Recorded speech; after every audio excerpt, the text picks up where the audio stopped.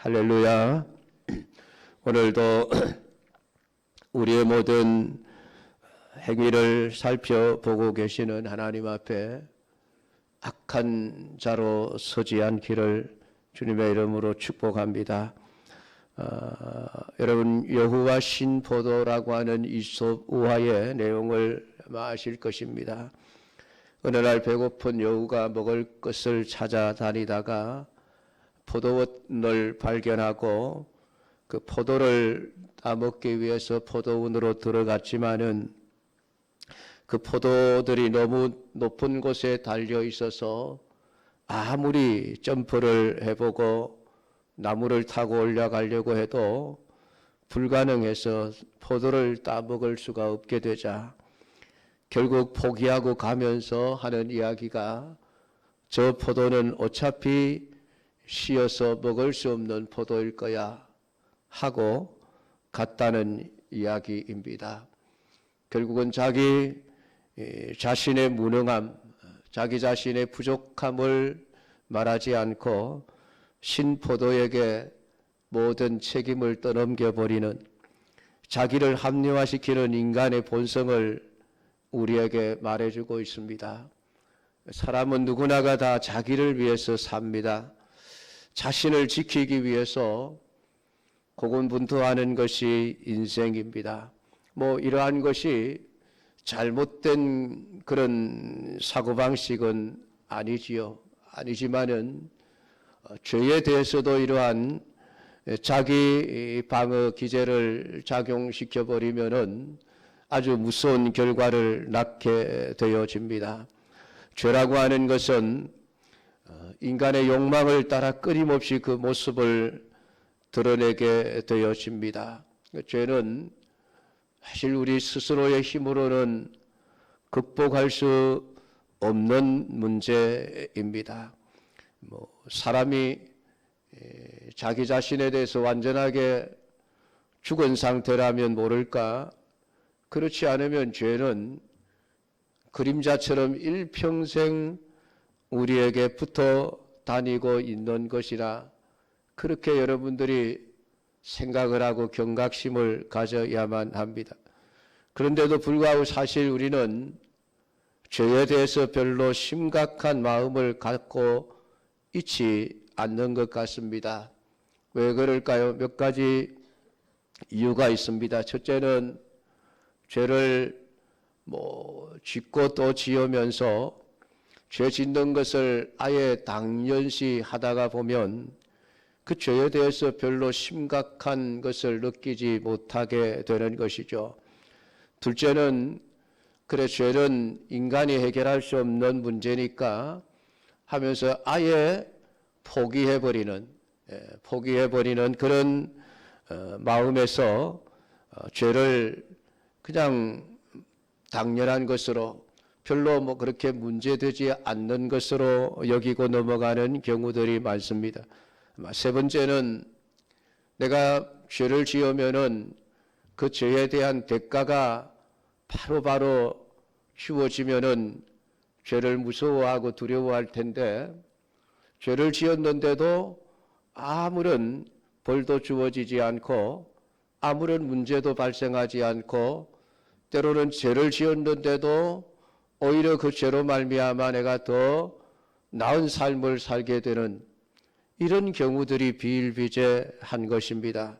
그러니까 악을 행해도 징벌이 속히 실행되지 않는 것 때문에 인생들이 악을 행하는 데에 마음이 담대하다. 전도서 8장 11절은 그렇게 말씀을 하고 있습니다. 참 죄를 지을 때마다 하나님이 바로바로 진노하시고 벌을 주시면은 좋겠는데, 아마 그러면은 여기에 살아남아 있을 사람은 한 사람도 없을 것 같습니다. 우리가 다 크고 작은 죄를 지으면서 살아가고 있는데, 중요한 것은 제가 죄를 지을 때마다 이래서는 안 되는데 라고 하는 죄에 대한 자책감, 그리고 죄를 짓고 난 이후에 즉각적으로 하나님 앞에 회개하는 마음을 가지고 하나님 앞에 철저하게 죄를 회개해야 되는데, 사람이 참 그렇지를 못하는 거예요. 일단 죄를 짓고 나면은 그 죄를 감추려고 하는 것이 인간의 본성입니다. 왜냐하면 죄가 드러나면 내가 지금까지 착한 사람, 선한 사람, 괜찮은 사람이라고 사람들 앞에 보여져 왔던 내 모습들이 하루아침에 다 무너져 버리기 때문에 할 수 있으면은 내가 죄를 지었을 때에도 그것을 감추려고 하는 것이 우리 인간의 본성이라고 하는 것입니다. 우리가 지난 시간의 말씀을 생각한 대로 다윗이 바세바와 함께 더불어 동침하고 불륜을 행하고 난 이후에 아이고야 내가 잘못했구나, 내가 죄를 지었구나, 하나님 앞에 회개하는 것이 아니라 어떻게 하면 이 죄를 감출 수 있을 것인가, 남들이 이 일을 모르게 할 수 있을 것인가. 그 순간에 다윗은 지금까지 하나님을 의식하고 하나님의 눈을 의식하면서 살아왔지만은 죄를 씻는 그 순간에 다윗은 하나님보다는 우선 사람들의 눈을 속일 수 있었으면 좋겠다. 사람들의 눈에 자신의 그러한 죄악된 모습이 보여지지 않았으면 좋겠다는 이 생각만을 하고 있었던 것을 보게 되어집니다. 다윗은 자신이 불륜을 행하여 임신하게 된 바세바가 그 남편과의 관계를 통해서 그 임신을 한 것으로 둔갑시키기 위해서 전쟁터에 나가 있는 우리아를 집으로 소환을 해서 불러들여 칭찬을 하고 그 아내와 잠자리를 하도록 했지만은 이틀 밤을 집으로 가지 않고 그냥 밖에서 야영을 한 그 우리아를 더 이상 설득시킬 수 없다는 것을 안 다윗은 무서운 생각을 하게 되어집니다. 그 우리아가 그렇게 자신의 아내 바세바와 동침하러 가지 않는 그러한 현상들을 보면서 다윗은 하나님을 생각했어야만 합니다. 하나님께서 내가 죄를 감추려고 하는 것을 막으시는구나. 하나님이 내가 지은 모든 죄를 다 보고 계시고 알고 계시는구나. 그것을 깨달았다면은 얼마나 좋았을까요?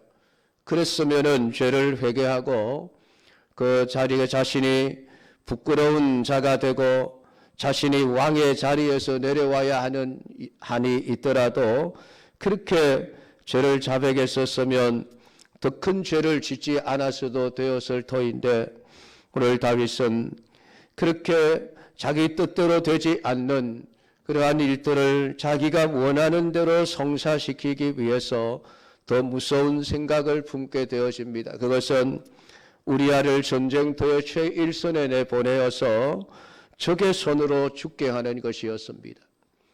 이게 얼마나 무서운 생각입니까, 여러분? 그냥 단순한 불륜에서부터 시작을 해서 이제는 살인죄까지 짓게 되어지는 이러한 다윗의 그 악함을 우리는 보게 되어집니다. 지금까지 보아왔던 다윗의 모습과는 너무나도 다른 모습입니다. 왜 그렇게 되어집니까? 결국 죄라고 하는 것이 우리를 얼마나 쉽게 무너뜨리고 망가뜨리는지를 말씀을 해주고 있는 것이죠. 그래서 성경은 죄는 아예 처음부터 그 모양이라도 본받지 말아라. 오늘 우리에게 그렇게 철저하게 경계의 말씀을 해주고 있는 것을 보게 되어집니다. 오늘 다윗은 아침에 편지를 써서 군대 장관인 요압에게 보냅니다. 그리고 그 편지의 내용은 우리아를 제일 치열한 전쟁터의 가장 앞에 세워서 두고 너희들은 뒤로 물러가서 저로 하여금 맞아 죽게 하라는 그런 내용이었습니다. 여러분, 어떻게 다윗에게서 이런 악한 생각이 나올 수가 있을까요? 우리가 알고 있는 다윗은 이런 사람이 아니었지 않습니까? 자신에게 죄를 지었던 사울 왕조차도 용서하고 또 용서했던 사람이 다윗입니다. 아무리 어렵고 힘든 상황과 환경 속에서도 그는 죄를 짓지 않으려고 하나님을 의식하고 하나님을 인식하며 하나님 앞에서 내가 어떻게 살아야 할 것인가 그것을 늘 생각하며 살았던 사람이 다윗입니다. 그런데 오늘 본문에 우리가 내용을 보면 다윗의 그 마음속에 숨어 있었던 그 끔찍한 인간의 그 죄의 본성, 그것이 여지없이 드러나는 모습을 우리는 보게 되어집니다. 죄는 여러분 인간을 구별하지 않습니다. 내가 남들보다 선하고 착하고 경건하게 산다고 해서 죄가 나를 비켜갈 것이라고 하는 생각은 하지 마십시오. 틈만 되면 죄는 언제든지 나를 죄악의 구렁텅이 속으로 빠뜨려 버릴 수 있는 그러한 힘을 가지고 있는 것이 죄입니다. 어떤 사람에게 해당되는 죄가 다른 사람에게 해당되지 않는 것이 아니라는 것입니다. 다윗 역시 죄로부터 자유로울 수 없는 것은 그 역시 본질적으로 죄성을 가진 인간이기 때문입니다. 내 안에 있는 이 죄성이 발현되느냐 발현되지 않느냐의 차이일 뿐이지 우리는 다 죄의 쓴뿌리를 가지고 살아가는 사람들입니다. 그래서 그것이 싹을 내지 못하도록 우리가 늘 말씀으로 내 자신을 다독거리고 말씀으로 내 자신을 다지고 또 다져서 죄가 머리를 내밀지 못하도록 그렇게 살아가는 길밖에 없는 것이죠. 다윗이 처음부터 우리아를 죽일 생각을 한 것이 아니지 않습니까? 다만 우리아를 밧세바와 동침하게 만들고자 했었는데 그 일이 실패하자 우리아를 죽이기로 작정을 한 것입니다. 우리아를 왜 죽입니까? 자기 자신의 죄를 감추겠다는 의도죠. 이러한 죄성은 여러분 다윗만 가지고 있는 것이 아닙니다. 오늘 성경이 다윗의 추악한 면을 이야기하는 것은 봐라 다윗이 이런 사람이야가 아니라 우리 모든 인간은 언제든지 다윗과 같은 상황 속에 빠져들어갈 수 있는 그러한 죄성을 가지고 있는 존재임을 드러내고 있는 것입니다. 다윗은 아무도 알지 못할 것이라고 아마 생각을 했겠죠. 그런데 오늘 성경은 놀랍게도 다윗이 행한 그 일이 여호와 보시기에 악하였더라. 성경은 그렇게 기록을 해놓고 있습니다. 하나님이 모를 줄 알았는데 하나님은 이미 다 알고 계셨고 다윗이 행하는 그 모든 일들이 악한 일이다라고 말씀을 하고 있습니다. 여러분 하나님이 우리를 평가하실 때에 무엇이라고 평가하실 것 같습니까? 너는 선하고 착한 사람이다. 너는 하나님 앞에서 의로운 사람이다.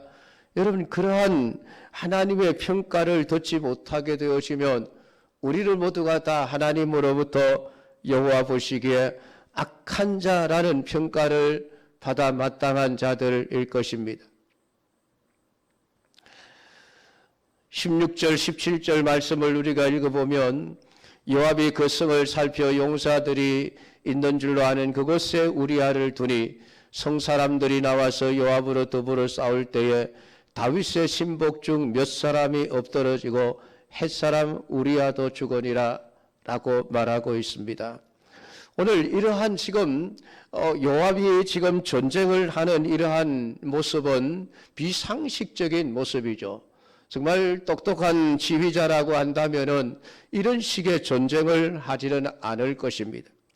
어떻게 적들이 화살을 쏘고 있는 그 밑으로 돌진을 해서 성문까지 쳐들어가게 하는 것입니까? 결코 못하게 말려야 되죠. 그런데 요압도 그냥 그들을 사지로 내몰았던 것은 왕이 그렇게 시키니까 우리아 한 사람을 죽이기 위해서 결국은 우리아뿐만이 아니라 다윗의 신복들 몇 사람도 같이 죽임을 당하는 이러한 억울한 일들이 발생한 것을 성경은 말씀을 하고 있습니다. 그러니까 어찌하여 성에 갔더냐? 왕이 그렇게 노하시거든 내가 말하기를 우리아가 죽었습니다라고 한마디만 해라 라고 말하고 있습니다. 그것은 지금 자신들이 행한 그 전쟁의 행위들이 분명히 평소에 일반적인 전쟁 같았으면은 대단히 왕의 진노를 사고 왕에게 책망을 들어서야 할 그런 전략을 구사했다는 것이죠. 해서는 안 될 짓을 했다는 것입니다. 어느 누구도 죽을 수밖에 없는 상황 속으로 군사들을 내모는 그런 지휘관이 어디 있겠습니까? 근데 지금 요압은 그렇게 행했습니다. 그러면 다윗은 그들이 행한 일에 대해서 분명히 잘못을 책망하고 야단쳤어야만 합니다.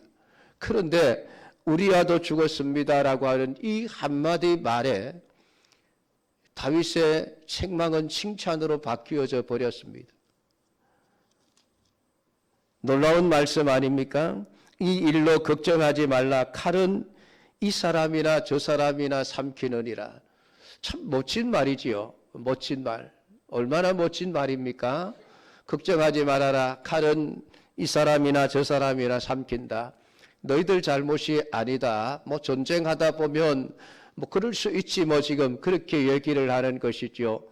분명히 책망받아야 될 잘못을 저질렀음에도 불구하고 그들을 칭찬하는 다윗의 이 모습을 보십시오. 얼마나 자기를 합리화시킵니까? 자기 자신이 생각하고 있는 자신의 죄를 감추기 위한 그러한 세웠던 계획들이 온전히 시행되어졌을 때에 그것 때문에 많은 군사들이 죽임을 당했다. 이런 것도 아랑곳하지 않습니다. 그냥 자기 원하는 대로 되어졌다는 사실 하나 때문에 잘했다 칭찬하고 있는 이 다윗의 모습을 보십시오. 오직 우리아를 죽이려고 했던 그 생각이 성공했고 그 성공으로 인해서 자신의 죄가 감추어지게 되었다는 것에만 염두에 둘 뿐입니다. 이러한 모든 행위를 하나님은 악하다라고 보시는 것이죠. 죄를 짓고도 죄를 회개할 줄 모르고 죄를 감추기 위해서 더 큰 죄와 악을 행하는 다윗의 모든 소위가 여호와 보시기에 분명히 악한 것이었다라고 성경은 말씀을 하고 있습니다. 하나님은 다윗에게서 악함을 보고 계시는 것입니다. 이것이 무슨 의미겠습니까?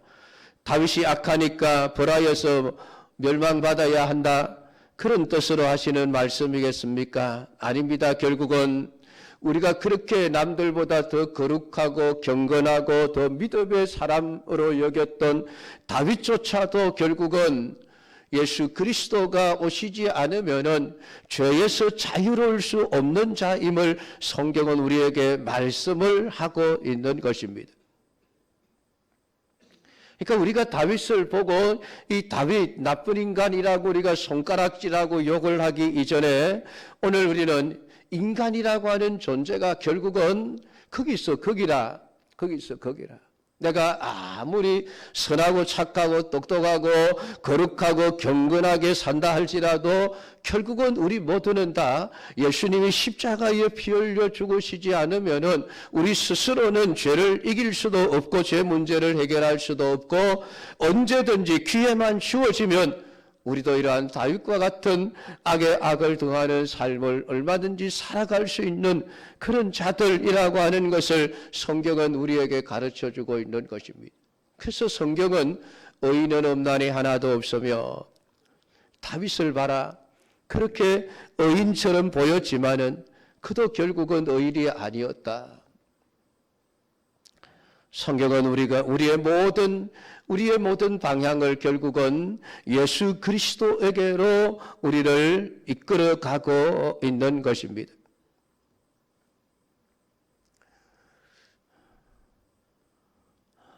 여러분은 어떠합니까?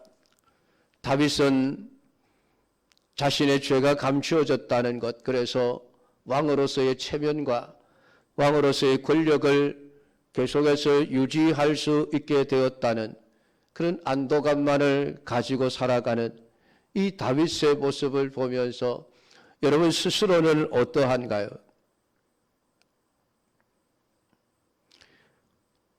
우리가 하나님 앞에서 정말 내 자신의 죄를 회개하고 하나님 내가 이렇게 추악한 죄인입니다 고백하면서 살아가고 있다고 여러분 자신 있게 말씀하실 수 있겠습니까?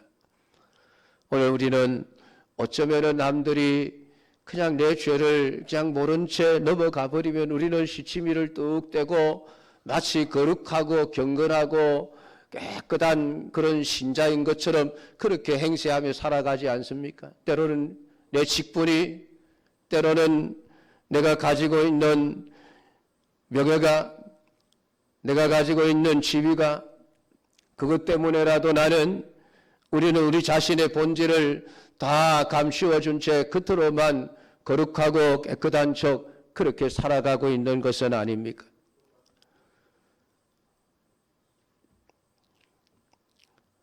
성경은 우리를 언제나 예수님 앞으로 데리고 갑니다. 그 십자가의 현장 앞에 끌려 나갈 사람은 누구일까요? 자신의 악함을 깊이 보는 자입니다. 그래서 성경은 우리의 죄를 다 끄집어내는 것이에요. 성경에 기록된 사람들의 죄와 악을 하나님이 낱낱이 드러내고 있는 것은 여러분 그들이 이렇게 나쁜 죄인들이라고 하는 이것을 말씀하시기 위한 것이 아니에요. 오늘 우리 인간이 모두가 다 하나님 앞에서 얼마나 악한 죄인들인가라고 하는 것을 밝혀주기 위해서입니다. 그래서 성경은 우리의 죄를 끄집어내는 거예요. 우리에게 없는 죄를 뒤집어 씌워서 죄인을 만들어서 너 죄인이야 라고 하는 것이 아니라 우리 다 감추어 놓은, 숨겨놓은 그런 죄를 그냥 다 끄집어내어 드러내는 것입니다. 죄인임을 노출시키고 폭로시켜서 오늘 우리로 하여금 예수 그리스도가 아니면 안 되는구나. 결국은 주님 앞에 나아가 십자가를 붙들고 그 십자가의 보혈의 공로만이 나를 악한 자의 자리에서 하나님이 인정하실 수 있는 의인의 자리로 갈 수 있게 만들어주는구나.